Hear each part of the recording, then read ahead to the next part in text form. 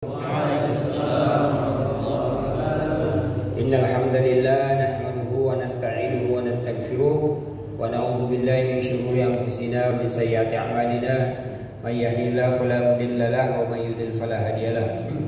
Asyhadu an la ilaha illallah wahdahu la syarikalah wa asyhadu anna Muhammadan 'abduhu wa rasuluh. Allahumma shalli ala Muhammadin wa ala alihi wa sahbihi wa man tabi'ahum bi ihsan ila yaumiddin. Alhamdulillah, ikhwan sekalian yang dimuliakan Allah Subhanahu wa taala, Ustadz senior kita, ada Ustadz Karyadi, Ustadz Sukirno, Ustadz Hidayat, dan Ustadz yang lainnya, Ketua DPD Kabupaten Bekasi, Ustadz Muntazir Rahman, Ustadz Budi, dan yang lainnya yang mohon maaf kami tidak sebut satu persatu. InsyaAllah tidak mengurangi rasa hormat kami. Alhamdulillah, pada kesempatan pagi hari ini tadi Ustadz Furqan meminta untuk diterangkan apa itu singkatan dari AU. AU ini adalah nama orang tua kami, ya, nama ayah dan nama ibu kami. Ya, jadi nama AU itu A itu Ani, U itu Umar. Jadi nama orang tua saya lekatkan di situ. Kalau memakai kaidah kultur di Arab, maka harusnya bin di situ, Ustaz, ya. Misal Arfan bin Umar gitu. Nah, tapi saya memakai kaidah kampung saya sendiri, ya. Saya pakai sendiri. Ya, silakan yang mau pakai kaidah Arab silakan, saya mau pakai kaidah saya sendiri. Nah, dan insya Allah kita di Indonesia ini merdeka, Pak, ya, memakai kaidah apa saja sepanjang bisa dipertanggungjawabkan. Nah, yaitu Ustadz Furqan, ya, insyaallah. Jadi sudah tidak bertanya-tanya lagi, Ustadz, apa itu AU. Itu pernah ditanyakan juga oleh orang ini, apakah ini gelar, biasanya yang disingkat seperti itu gelar, ya. Saya bilang, ya ini bisa juga, silakan Pak, mau dibilang gelar kan enggak, terserah Bapak aja, yang penting saya mau tulis begitu, ya. Kata Gus Dur itu aja kok repot gitu. Alhamdulillah, Ustaz sekalian dan adik-adik yang dimuliakan Allah Subhanahu wa taala, begitu mendapatkan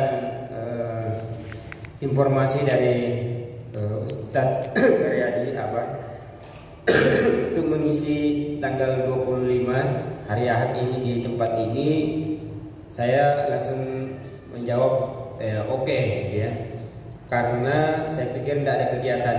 Ternyata Masya Allah, hari yang bersamaan tadi pada jam 6 sampai jam 8 kami itu terjadwal ada fun futsal di Depok, gitu, ya. Jadi karena kami yang termasuk mengundang bersama teman-teman, jadi saya hadir dulu main satu sesi 15 menit, setelah itu saya lari ke Bekasi, gitu, ya. Alhamdulillah, saya datang ke sini, saya orang pertama, Pak, ya, yang duluan datang ke sini, ya. Saya tiba jam 8:30 ya, di tempat ini. Alhamdulillah, semuanya bisa terlaksana. Fun futsal dengan teman-teman jalan, kegiatan juga ini alhamdulillah jalan. Pada kesempatan ini saya melihat kegiatan halaqah gabungan ini menjadi satu hal yang memang harus, ya, penting untuk kemudian kita jadikan kegiatan yang rutin. Kenapa demikian? Kami akan antar dulu dalam kesempatan ini kita bicara tentang hidayatullah. Ya, saya khawatir saya panjang lebar bicara tentang halaqah, menjelaskan tentang halaqah, tetapi sebagian kita belum memahami, belum mengerti apa hidayatullah itu sesungguhnya. Ya. Maka kami antar dengan sekiranya bisa ditampilkan. Saya akan memperlihatkan Anda semua surat yang ditulis oleh Allahyarham Abdullah Said kepada salah seorang pendiri Hidayatullah yang bernama Ustadz Hasim HS, ya. Surat ini ditulis dengan tulisan tangan tahun 1972, tanggal 25 bulan 11 1972. Ditulis oleh Allahyarham Abdullah Said untuk Ustadz Hasim. Apa bunyi suratnya? Yang terhormat Saudara Ustadz Hasim fi Muhallil Mubarak, Assalamualaikum warahmatullahi wabarakatuh. Ada 4 alenia di sini. Yang pertama, Menyesal sekali sebab kami tidak berkesempatan menemui saudara. Kiranya dengan surat ini ditambah penjelasan saudara Hasan dapat diterima atau dianggap mengganti kami. Yang kedua, terasa pertemuan kita-kita ini dalam ruang lingkup akidah adalah aba-aba komando Allah untuk memulai sejarah baru dalam dunia Islam, insya Allah. 3. Untuk maksud ayat 2 di atas, tenaga Ustaz Hasyim turut terpanggil dan harapan umat terlalu besar, kiranya dapat dikonkretkan dengan saudara Hasan. Keempat, terima kasih. Wassalam 25 bulan 11 1972. Dari 4 alinea tadi, kira-kira yang mana yang paling signifikan, penting bagi kita untuk kemudian melihat bahwa oh ini maksud dan tujuan lahirnya Hidayatullah itu. Ya, ketiga itu untuk ayat 2 di atas, tenaga Ustaz Hasyim turut terpanggil dan harapan umat terlalu besar, kiranya dapat dikonkretkan dengan saudara Hasan. Ada yang pendapat yang lain? Kalau tidak ada karena tidak terbaca, mudah-mudahan bisa terhafal. Poin utamanya ini ada yang di kedua. Ketika beliau mengatakan, menulis, terasa pertemuan kita-kita ini dalam ruang lingkup akidah. Ya. Jadi ini satu mindset yang dibangun oleh Allahyarham Abdullah Said. Sudut pandang yang dibangun oleh Abdullah Said. Bahwa pertemuan-pertemuan itu semua dalam ruang lingkup akidah. Itu substansinya. Kita pasti melakukan pertemuan dan semua orang akan melakukan pertemuan apa saja. Tetapi yang paling penting itu dilingkupi apa pertemuan itu. Apa hanya kongko-kongko, ngopi-ngopi, atau apa saja. Maka yang paling penting itu kata beliau adalah ruang lingkup akidah. Dan beliau katakan ini adalah aba-aba komando Allah untuk memulai sejarah baru dalam dunia Islam, insya Allah. Jadi yang pertama tadi beliau sampaikan adalah ruang lingkupnya itu akidah. Maka pertemuan kita hari ini tidak boleh tidak dalam ruang lingkup akidah. Kemudian kata beliau memulai sejarah baru dalam dunia Islam. Perjalanan Islam di Indonesia, ya, ada sekian banyak jatuh bangun dinamika perjalanan kaum muslimin atau umat Islam itu sendiri. Ya. Maka beliau menawarkan, ya, pertanyaannya apa sejarah baru dalam dunia Islam yang ingin dihadirkan oleh Allahyarham Abdullah Said. Ini juga memberikan satu gambaran kepada kita bahwa beliau ini seseorang yang visioner, punya pandangan jangka panjang, dan menawarkan satu yang baru dalam dunia Islam. Apa yang baru dalam dunia Islam ini untuk menjadi sejarah? Sebelum beliau menghadirkan Hidayatullah ini, ya, ada sekian banyak pergerakan Islam. Ya, ada pergerakan Islam lewat politik, masyumi. Ada pergerakan Islam lewat senjata, ya. Kita pernah mendengar namanya DII, ya. Ada pergerakan Islam lewat ekonomi, namanya apa Pak namanya waktu itu? Ya, SI, ya, Serikat Islam. Ya, banyak sekali model perjuangan ini. Dan beliau saksikan bahwa rata-rata belum memberikan hasil, ya, yang maksimal. Ya, ketika bicara politik akhirnya dikalahkan oleh kepentingan politik liberal. Angkatan bersenjata harus berhadapan, DITI harus berhadapan dengan orang Islam sendiri yang ada di Tentara Nasional Indonesia. Maka apa yang menjadi tawaran beliau? Nah, nantilah kita lihat bagaimana kemudian hadirnya Hidayatullah tersebut. Jadi ini yang penting. Maka yang harus perlu hadir dalam diri kita, pemahaman kita bahwa kita ini ingin membuat sejarah baru dalam dunia Islam, khususnya di Indonesia. Ya, mudah-mudahan ini nanti bisa sampai ke luar negeri. Ya. Tidak apa-apa, saat ini muncul tak muncul saya akan gas-gas sedikit, ya.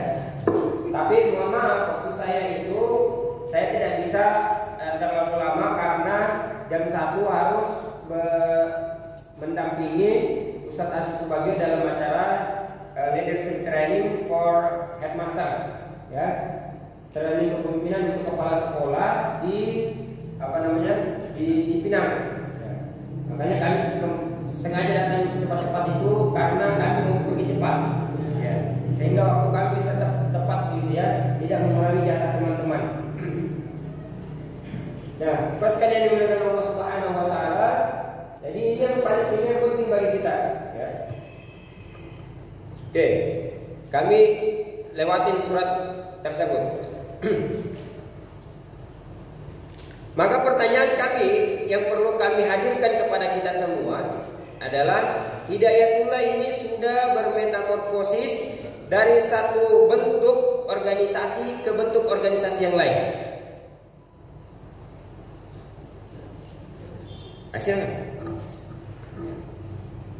Hidayatullah resmi diresmikan pada 1973. Sekarang ini tahun berapa, Pak? 2022. Berarti sudah berapa tahun perjalanan Hidayatullah? Secara formal 49. Maka 2023 besok itu adalah 50 tahun perjalanan Hidayatullah secara formal, ya, sejak diresmikan 1973. Dan akan diadakan yang namanya Silatnas, silaturahmi nasional, ya, jadi menghadirkan seluruh komponen Hidayatullah yang ada di Indonesia, seluruh Nusantara untuk hadir ke Gunung Tembak. Kalau silaturahmi nasional selalu di Gunung Tembak karena di sana adalah pusatnya dan tempat berdirinya. Kalau rakernas kah, munas kah, boleh di tempat lain. Maka adik-adik yang mau melihat tempat awal berdirinya Hidayatullah sejak sekarang nabung, ya. Saya saja menabung ini untuk apa? Untuk pergi ke Balikpapan. Kalau dihitung besar itu karena kita tidak punya planning.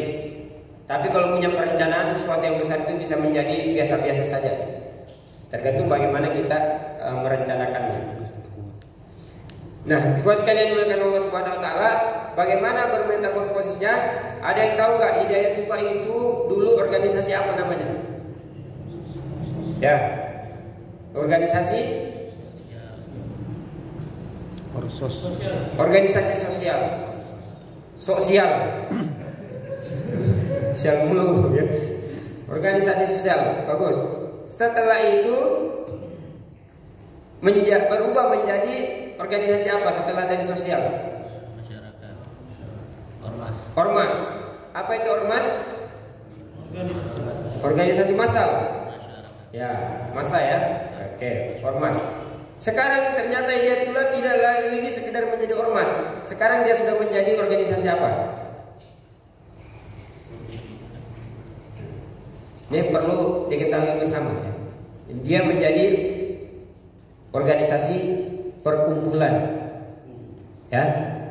Maka kalau perkumpulan itu semua aset yang ada di Hidayatullah itu tertunduk kepada perkumpulan Hidayatullah. Jadi seperti kampus di tempat ini. Kampus di tempat ini tertunduk kepada. Jadi itulah salah satu juga bentuk kepemimpinan kita yang sentralistik, ya. Jadi sentralisasi kekuasaan kita itu ada di pusat, ya. Di ini organisasinya. Adik-adik yang dibilang apa tadi, Dek? Organisasi apa pertama? Sosial. Yang kedua? Yang ketiga? Ini enaknya karena penghafal semua Al-Quran di sini, ya Pak, ya. Jadi kalau Al-Quran aja bisa dihafal, apalagi cuman data-data seperti itu. Baik. Kita sudah memahami itu. Pertanyaan selanjutnya adalah siapa orang yang mendirikan Hidayatullah? Ya. Adik-adik, sebutkan satu dulu, siapa yang mendirikan Hidayatullah? Abdullah Said. Siapa lagi? Ya, Ustadz Asyim Masyari. Mundur kita ke belakang. Ya,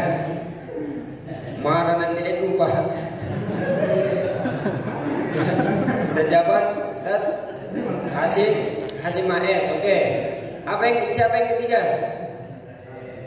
Ustaz Hasan Ibrahim. Siapa yang keempat? Usman Palese. Siapa yang kelima? Siapa yang kelima ya?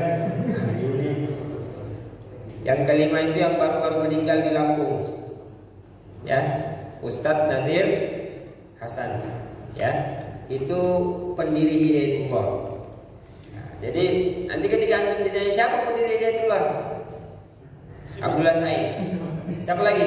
Hasim Asyari. Baik, langsung ditempelin orang itu kamu ya, bahaya. Ini yang mendirikan Hidayatullah. Kenapa perlu tahu siapa pendiri Hidayatullah? Supaya kita ini tidak kehilangan sejarah, histori dengan perjalanan kenapa Hidayatullah itu perlu ada. Maka coba antum lihat ya, kenapa kita harus mengenal Abdullah Said misalnya?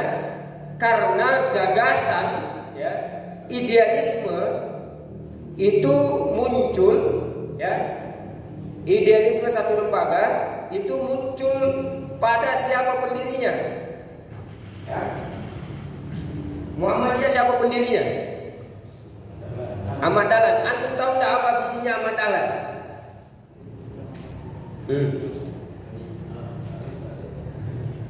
Apa yang terkenal dengan 3 program Ad-Duha ya? Nah itu salah satu visinya. Makanya kan ada filmnya itu Kiai Ahmad Dahlan, apa judulnya? Nah, Sang Pencerah. Jadi bukan filmnya aja Pak dinonton, tapi muatan substansi dari alur perjalanan itulah perlu dilihat. Kenapa dia harus seperti itu? Siapa pendiri NU? Ya, jangan Usman Asyari ya. Marah Pak Zakir. Hasim Asyari dengan Ahmad Dahlan itu sama-sama belajar